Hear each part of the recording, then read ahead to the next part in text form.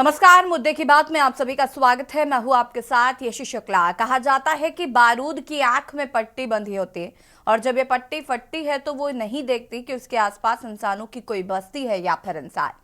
वैसे भी ये देखना तो इंसानों का काम है। जहां उनकी बस्ती है वो बस्ती कहीं बारूद के ढेर में तो नहीं बैठी, लेकिन लालच और रिश्वत का चश्मा पहने चंद सरकारी अफसरों को ये बारूद कहां दिखाई देता है। उन्हें इन्हीं चंद अफसरों की वजह से मध्य प्रदेश के हरदा में बारूद ने वो शोले उगले की बस्ती के साथ साथ कईयों को निकल गई और कईयों को झुलसा गई। मध्य प्रदेश की राजधानी भोपाल से करीब 150 किलोमीटर दूर हरदा शहर है। लगभग 7 लाख आबादी है इस शहर की। और इसी हरदा में मंगलवार को सुबह करीब 11:30 बजे एक जबरदस्त धमाके की आवाज गूंजी। धमाके की गूंज इतनी ताकतवर थी कि न केवल 10 किलोमीटर दूर तक सुनाई दी, बल्कि लोगों के घरों के खिड़की, दरवाजे, बर्तन तक कांपने लगे थे। कुछ पल के लिए शुरू में तो ऐसा लगा कि जैसे कोई बम ब्लास्ट हुआ हो, लेकिन जब इस इलाके से शोले उठने लगे तो अंदाजा हो गया कि बारूद की इस फैक्ट्री में, पटाखे के कारखाने में धमाका हुआ। जिस वक्त ये धमाका हुआ उस वक्त फैक्ट्री के अंदर और बाहर बहुत सारे लोग थे। कुछ लोगों को तो धमाका उड़ाकर दूर सड़कों, खेतों तक ले गया। दूर दूर तक लोगों की लाशें और घायल लोग इस तरह पड़े मिले थे।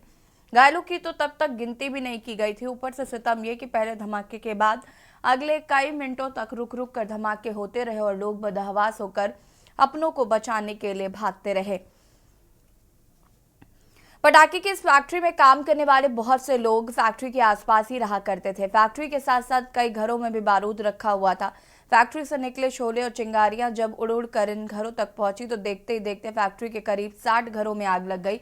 जिन घरों में बारूद रखे थे अब उन घरों में धमाके गूंज रहे थे। आनन फानन में भोपाल, इंदौर और हरदा के आसपास से 100 से ज्यादा एम्बुलेंस मौके पर भेजी गई। भोपाल, इंदौर के अस्पतालों को अलर्ट किया गया। ज्यादा गंभीर लोगों को अस्पताल भेजने के वास्ते हेलीकॉप्टर से रास्ता सेना ने मदद मांगी। तब कहीं जाकर गंभीर घायलों को अस्पताल में इलाज मैसर हो पाया। हालांकि अब तक 11 लोग दम तोड़ चुके थे। हालांकि एसडीएम साहब के पास इस सवाल का जवाब नहीं था कि फैक्ट्री के इर्द गिर्द गांव के घरों में बारूद कैसे रखा हुआ था। जाहिर है जांच का हवाला देकर इस हादसे को भी भुला दिया जाएगा और क्या पता कुछ वक्त बाद इसी जगह इसी फैक्ट्री को एक बार फिर बताकर चालू कर दिया जाए, क्योंकि इससे पहले अनगिनत बार ऐसा हो चुका है कि फैक्ट्री खुद बताशा बनकर फूट चुकी है, बस्तियों को तबाह कर दिया और कुछ दिन शोर मचा और फिर सब कुछ थम गया।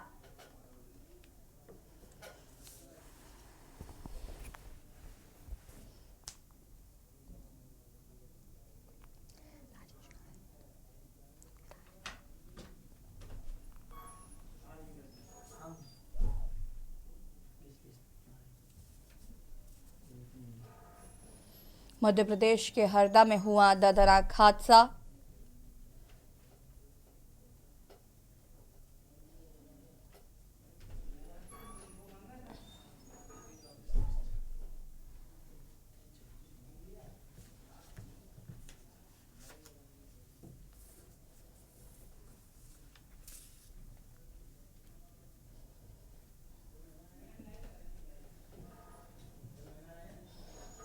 मध्य प्रदेश के हरदा में हुआ भीषण हादसा। कई लोगों की जानें चली गई, कई लोग जख्मी हैं। हालांकि सवाल यही है कि मध्य प्रदेश के हरदा कांड का दोषी कौन है और क्या ये मामला अभी कुछ दिन बाद ठंडे बस्ते में चला जाएगा या वाकई इस पर उचित कार्रवाई की जाएगी।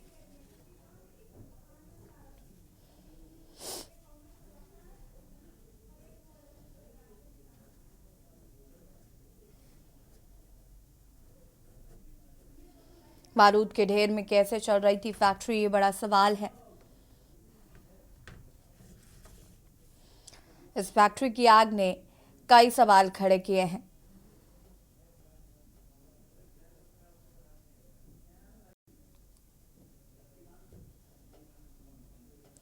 मध्य प्रदेश के हरदा का आखिर दोषी कौन?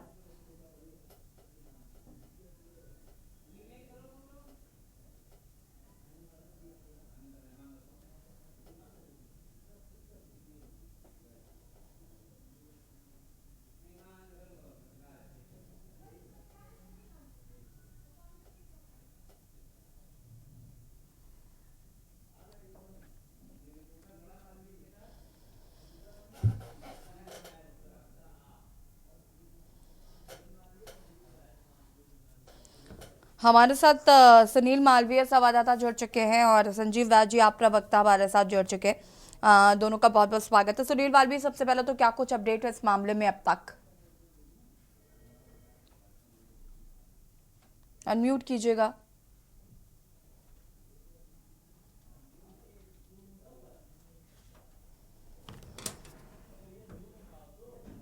है बिल्कुल हृदय विदारक घटना है। हम्म। और ऐसी कई घटनाएं मध्य प्रदेश में हो चुकी है। और जो आला अधिकारी, जो प्रशासन के आला अधिकारी सब वहां पर लगे हुए हैं, मलबा हटा रहे हैं, मलबे में देख रहे हैं कि और कोई डेड बॉडी तो नहीं है। हालांकि अभी 11 लोगों की ही पुष्टि हो पाई है और 200 से लगभग 285 लोग घायल बताए जा रहे हैं। उनका उपचार जारी है। कुछ लोग भोपाल के हॉस्पिटल, एम्स हॉस्पिटल में एडमिट है, अमेरिया में एडमिट है, कुछ हरदा के सिविल हॉस्पिटल में एडमिट है। और बात की जाए तो घायलों को देखने के लिए चाहे बीजेपी हो, बीजेपी के चाहे कांग्रेस हो, बीजेपी के पदाधिकारी भी वहां पर नजर बनाए हुए हैं और बीजेपी के मंत्री भी वहां पर पहुंचे थे। और आज डॉक्टर मोहन यादव मुख्यमंत्री भी 3 बजे लगभग जाएंगे। हम सीधे जनता के बीच ले चलते, जनता से बात करते हैं। हालांकि क्या है जनता का ओपिनियन, क्या कहती है भोपाल की जनता। दादा, इतना बड़ा हादसा हो गया, किस प्रकार देखते हैं आप? देखिए, जो कल हरदा में पटाखा फैक्ट्री में हादसा हुआ, बड़ा विभत्स हादसा है। दहला देने वाला, रूह कपा देने वाला हादसा है। इसमें सरकार, इतनी बड़ी फैक्ट्री चल रही है लेकिन कैसे अवैध रूप से चल रही है, इसको प्रशासन को नाक के नीचे जो ये फैक्ट्री चल रही है उनको इसकी खबर नहीं थी क्या? और यदि खबर थी तो फिर इन प्रशासन की मिलीभगत से ये काम चल रहा था। और इसमें हजारों की संख्या में लोग काम कर रहे थे। कुछ राहगीर भी मारे गए वहां पे रोड में चलते हुए। एक तरफ तो प्रशासन, कोई गरीब व्यक्ति यदि रोड के किनारे किसी प्रकार की दुकान लगाकर अपना जीवन यापन करता है, उसको निगम प्रशासन, पुलिस प्रशासन द्वारा हटवा दिया जाता है। लेकिन इतनी बड़ी फैक्ट्री में जो ये हादसा हुआ, इस फैक्ट्री में क्या उनकी नजर नहीं थी? उनके नाक के नीचे होने के कारण भी उनने अनदेखी की। कहीं ना कहीं प्रशासन और शासन की मिलीभगत है। क्या कुछ कहेंगे? इतना बड़ा हादसा हो गया, 11 लोगों की मृत्यु हो गई, कुछ लोग घायल हो गए। उनको तो सह नहीं जाता, जिनके परिवार मिल नहीं रहा है, उनकी लाशें निकल नहीं जा रही, उनको देखा जा रहा है। और इतना बड़ा शासन और प्रशासन बैठा हुआ है, कुछ नहीं कर रहे। अवैध तरीके से काम हो रहे हैं, कब तक होते रहेंगे? ये तो शासन को पता होना चाहिए। प्रशासन को पता होना चाहिए हमें अवैध काम हो रहे हैं। उनकी लाश है, उनके बच्चे छोटे छोटे कपा तक कहाँ तड़प रहे, उनकी पत्नियां रोटी बना बना के इंतजार कर रही है, वो आ रहे हैं लोग, मगर पति तो आप लौट के ही नहीं आने वाले। बड़ी हृदय विदारक घटना। क्या कुछ कहेंगे आज हरदा में जो मामला हुआ उसके बारे में? आप जो पटाखे फैक्ट्री में आग लगी, किस प्रकार देखते हैं आप? वो तो बहुत गलत, प्रशासन की गलती से हुआ, ऐसा नहीं होना चाहिए था उसको। तो ये तो हमारे साथ आम जनता है, इनका निश्चित तौर से कहना है कि कहीं ना कहीं सीधे तौर से प्रशासन की और शासन की मिलीभगत नजर आ रही है और प्रशासन पर भी सावली निशान खड़े हो रहे हैं। जी ठीक है, वापस आते हैं सुनील। हमारे साथ यहाँ पर शशिकांत त्रिवेदी जी भी वरिष्ठ पत्रकार जुड़ चुके हैं, संजीव दास भी जुड़े हुए हैं। संजीव जी, आपका रिएक्शन चाहेंगे इस पर? 11 लोगों की मौत और जिस तरीके से कई लोग घायल हैं, उनको अस्पताल में भर्ती कराया गया है। सही आंकड़ा अभी तक भी नहीं सामने आ पाया है। और अगर हम बात करें तो इस हादसे का जिम्मेदार किसको मानता है?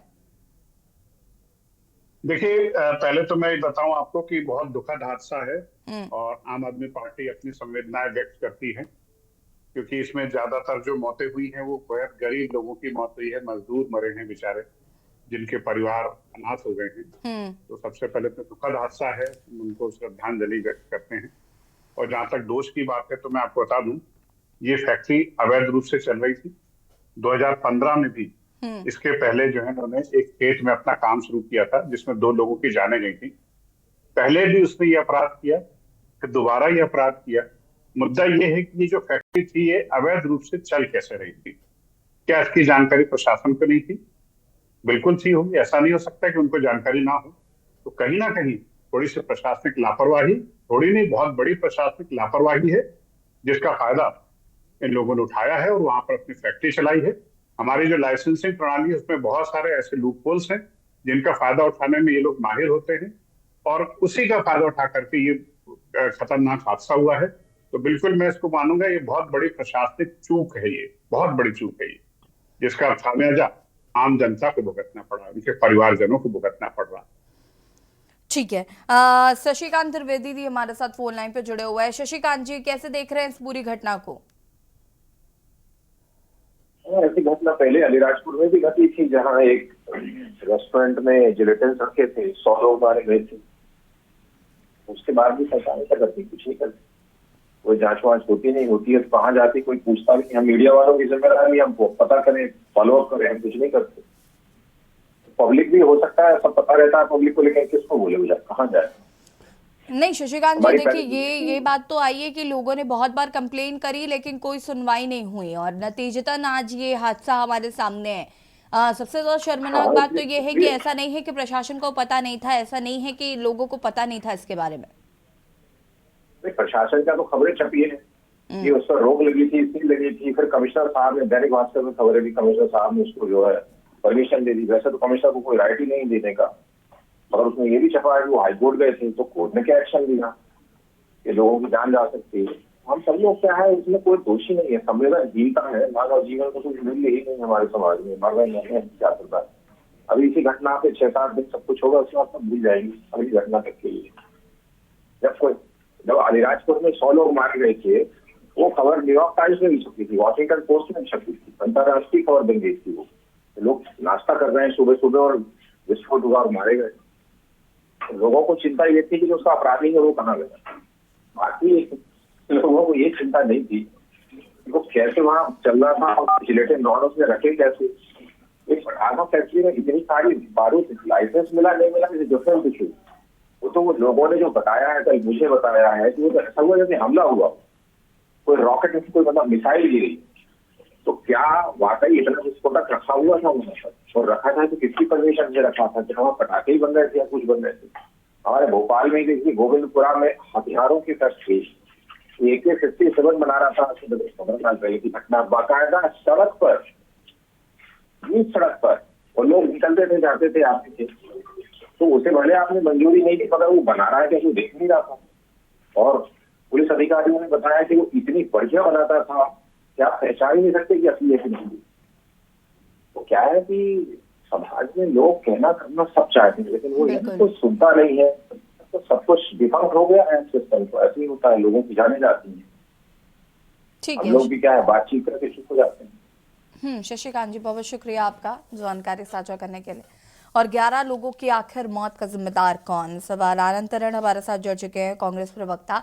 आनंद जी, बहुत बहुत स्वागत है आपका। कैसे देख रहे इस पूरे मामले को?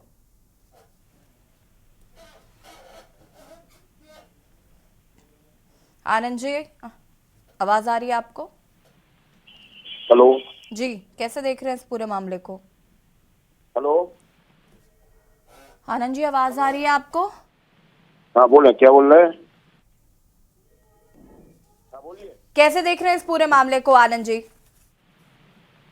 देखिए, जो अग्निकांड वाला मामला हुआ या जो ब्लास्ट वाला मामला हुआ, ये लगभग पिछले कई बार से ये इसमें मामला आ चुका है। और लगातार भारतीय जनता पार्टी की सरकार का जो उदासीन रुख रहा या जो किसी भी कारण से रहा हो, व्यक्तिगत रहा हो, लेकिन लाइन आर्डर कहाँ है? लाइन आर्डर तो कहीं है ही नहीं है ना प्रदेश के अंदर। चाहे इसके पहले जो हादसे हुए, पटाखे वाले मामले हैं जो लगातार हो रहा है, और किस तरह से लोगों का जो विभत्स दृश्य देखा हमने, परिवार के लोग किस तरह से बिलख रहे हैं, ये सब चीजें निश्चित रूप से परिलक्षित होती हैं कि हम कहाँ खड़े हैं। आज कांग्रेस का एक डेलीगेशन गया है वहाँ, हमारे अध्यक्ष के नेतृत्व में 3-4 लोग हैं उसमें, सज्जन सिंह वर्मा जी भी हैं, PG शर्मा जी भी हैं, जीतू पटवारी जी हैं, और भी लोग हैं। तो निश्चित रूप से इन सब चीजों को देखेगा। तो भारतीय जनता पार्टी की जो सरकार बातें बहुत करती है, केवल और केवल बातों का जमा खर्च है, जमीन पर धरातल पर कुछ नहीं। लाइन आर्डर नाम की कोई चीज व्यवस्था नहीं। पिछले महीने जब से मुख्यमंत्री जी ने चार्ज लिया है, मुख्यमंत्री पद का, यादव जी ने, लगातार हम देख रहे हैं कि वो घोषणाएं बहुत कर रहे हैं, बहुत सी कार्रवाई कर रहे हैं, बहुत से लोगों को सस्पेंड कर रहे हैं, बहुत से लोगों को इधर उधर कर रहे हैं, लेकिन जो लाइन आर्डर नाम की कोई चीज नहीं है, कोई स्थिति कंट्रोल में नहीं। मतलब चारों तरफ अराजकता का पूरे प्रदेश में माहौल है। और किस तरह की बातें भारतीय जनता पार्टी की सरकार कर रही है, ये समझ से परे है। जो ये मामला हुआ, इस मामले में तो कितनी राशि था, इसके पहले भी लगभग बहुत सारे हादसे हुए और लगभग 10 लोग उसमें पहले भी जा चुके हैं पिछले 5-10 सालों में। तो लगातार ये जो सरकार है और पिछले लगभग 10 वर्षों से वहां पर काम चल रहा है, और उनके जिस परिवार का ये मामला है उनके पास 5-6 लाइसेंस भी हैं, तो और जो लाइसेंस सस्पेंड हुआ वो सारे एक लाइसेंस के ऊपर कार्रवाई है। तो ये भारतीय जनता पार्टी की सरकार इसको किस तरह से लेती है? मतलब मानव जानों की कीमत कुछ नहीं है इनके सामने, मानवीयता नाम की कोई चीज नहीं है। भाई जो हादसे हो रहे हैं उसमें क्षणिक कार्रवाई की और उसके बाद शांति। ये जो चीजें हैं ये निश्चित रूप से मध्य प्रदेश में जो एक शांति का टापू खाता था, आज क्या स्थिति बना के रख दी है, ये सब सभी लक्ष्य थे। ठीक है, बहुत बहुत शुक्रिया आपका जुड़ने के लिए। और संजय वाद जी और सुनील मालवीय जी लगातार हमारे साथ बने हुए हैं। सुनील, प्रशासन इस पूरे मामले पर क्या रिएक्शन दे रहा है? प्रशासन की एक भारी चूक है क्योंकि प्रशासन कटघरे में है कि आखिर इतनी बड़ी घटना हो गई और प्रशासन को कानो कान खबर नहीं मिली, तो क्या प्रशासन की इस पर प्रतिक्रिया आई है फिलहाल? जी देखिए, बिल्कुल अभी निश्चित तौर से प्रशासन मामले को जो प्रतिक्रिया देना चाहिए वो प्रतिक्रिया दे नहीं रहा है। प्रशासन अभी तो लगे हुए बोले कि अभी हम देख रहे हैं, छानबीन कर रहे हैं, कहाँ किसकी गलती हुई, कहाँ चूक हुई, क्या अनम्यूट कीजिए। तो सब ये सारी चीजें बस ये होती है क्योंकि जो प्रशासन के जो आला अधिकारी जांच होती रहती है, वो जांच होती रहती है जांचें, तो वही सब कहानी है प्रशासन की। हालांकि अभी तो पूरा प्रशासन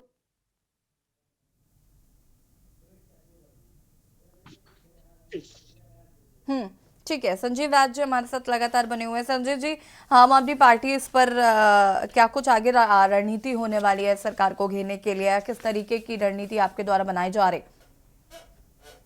देखिए, हमारी तो रणनीति सीधी सीधी यही है, हमारी सरकार से मांग है कि जो लाइसेंसिंग प्रणाली है इसको सख्त किया जाए और ऐसे मामलों में लाइसेंस जहां पर जनता का जीवन उनका जोखिम जुड़ा हुआ है, ऐसे मामलों में फिर पारदर्शिता रखी जाए और सख्ती के साथ बढ़ता के मामले को निपटाया जाए। अभी जो घटना हुई है इस पर सरकार को चाहिए कि वो इस पर जांच करे, तीव्रता से जांच करे और दोषियों को सजा दे, क्योंकि पहले भी ऐसे मामले हुए। देखिए, जांच पर जांच चलती रहती है और 6-7 दिन चर्चा होती है, उसके बाद फिर जनता भी भूल जाती है, सरकार भी भूल जाती है, लोग भी भूल जाते हैं। तो ऐसे मामलों को भुलाया ना जाए, इन पर सख्ती से कार्रवाई की जाए ताकि ऐसी घटनाओं की पुनरावृत्ति ना हो। क्योंकि अभी हमारे पत्रकार मित्र ने कहा था अलीराजपुर में ऐसी घटना हुई, बिल्कुल होती है सब घटनाएं, लेकिन होता ये कि हम लोग उनको जो है इतना हल्के में लेते हैं कि ऐसी घटनाएं बार बार होती रहती हैं।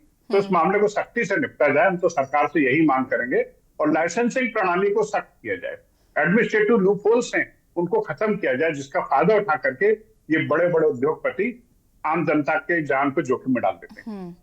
ठीक है, आप दोनों का बहुत बहुत शुक्रिया जुड़ने के लिए। और बता दें आपको कि आखिर 11 लोगों की मौत का जिम्मेदार कौन है।